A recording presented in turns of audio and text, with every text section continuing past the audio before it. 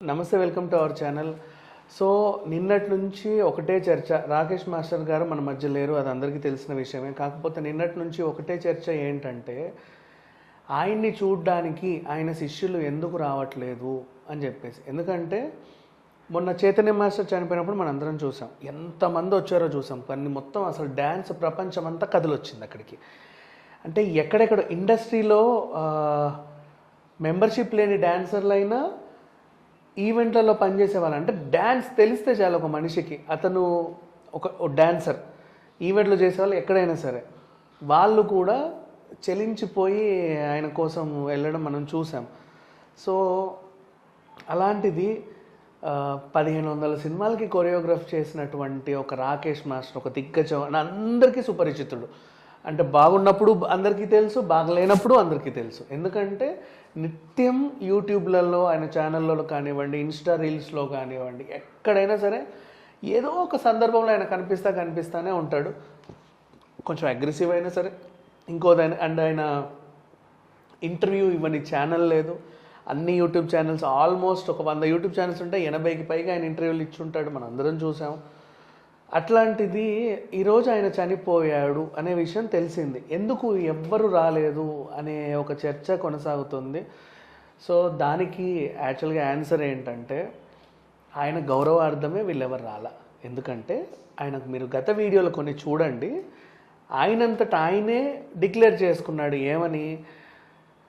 నేను చనిపోతే నా శవాన్ని ఎవరు తాకకూడదు, ఎవరు ముట్టకూడదు, నన్ను చూడడానికి ఎవరు రాకూడదు, అండ్ నాకు ఊరేగింపులు ఉండకూడదు, నా మీద ఎవరన్నా చిల్లరేయడం కూడా నేను సహించను. ఎందుకంటే చివరి వరకు కూడా నేను ఎవరి డబ్బు తినలేదు, లాస్ట్ పోయేంతవరకు. ఇప్పుడు మనకి చనిపోయిన రోజు కూడా ఒక ఈవెంట్కి వెళ్ళి వస్తున్నాడు, ఆ ఈవెంట్కి వెళ్ళి 10,000 తెచ్చుకుంటున్నాడు. అంటే చేతి నుంచి నోటి వరకు ఆయన బ్రతికే ఆ మాత్రం ఇప్పుడు ప్రజెంట్ ఉన్న ఆ లైఫ్ స్టైల్కి ఎంతవరకు కావాలో ఆయన తాగడానికే కానివ్వండి, తిరగడానికే కానివ్వండి, ఉండడానికి, తినడానికి, దేనికైనా ఆయనకు ప్రజెంట్ ఆయన ఉన్న సిచ్యువేషన్లో ఆయనకు ఎంతైతే కావాలో అంత డబ్బు ఆయనకైనా సంపాదించుకుంటున్నాడు తప్ప ఎవరిని అడుక్కోలే.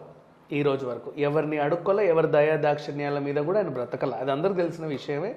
రాజులాగా చనిపోయాడు, ఆ విషయం మాత్రం చెప్పుకోవచ్చు. కాకపోతే ఆయనకి చివరి రోజుల్లో ఆయన చనిపోయిన తర్వాత ఇప్పుడు శవాన్ని తీయడానికో, లేకపోతే ఐస్ అది ఫ్రిడ్జ్ తెప్పియడానికో, ఇంకా దేనికో, అట్లీస్ట్ టెంట్ వేయడానికన్నా కానీ 4,000, 5,000, 10,000 కూడా ఖర్చు అవుతూ ఉంటాయి కదా ఖననం చేయడానికైనా సరే.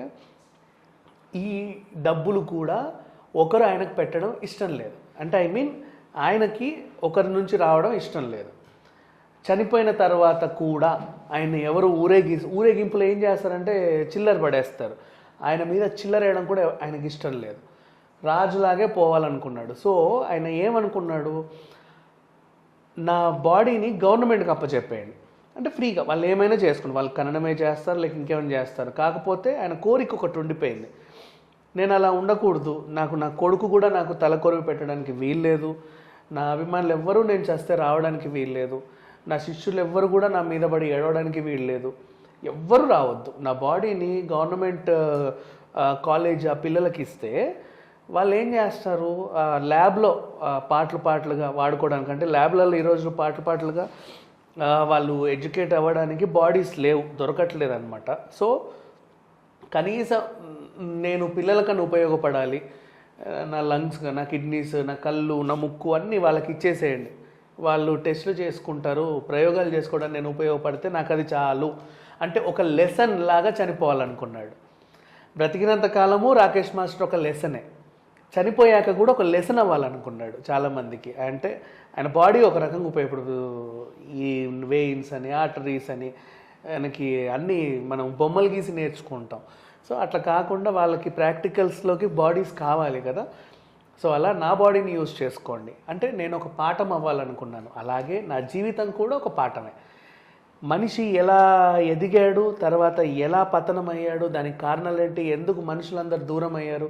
మనము మహానటి సావిత్రి గారి కథ విన్నాము, ఒక సినిమాలాగా వచ్చింది, చూసాము. కానీ అంతకు మించిన కథ, ఎన్నో అటుపోట్లు అయిన వాళ్ళందరూ దూరం అవ్వడం. Thank you so much.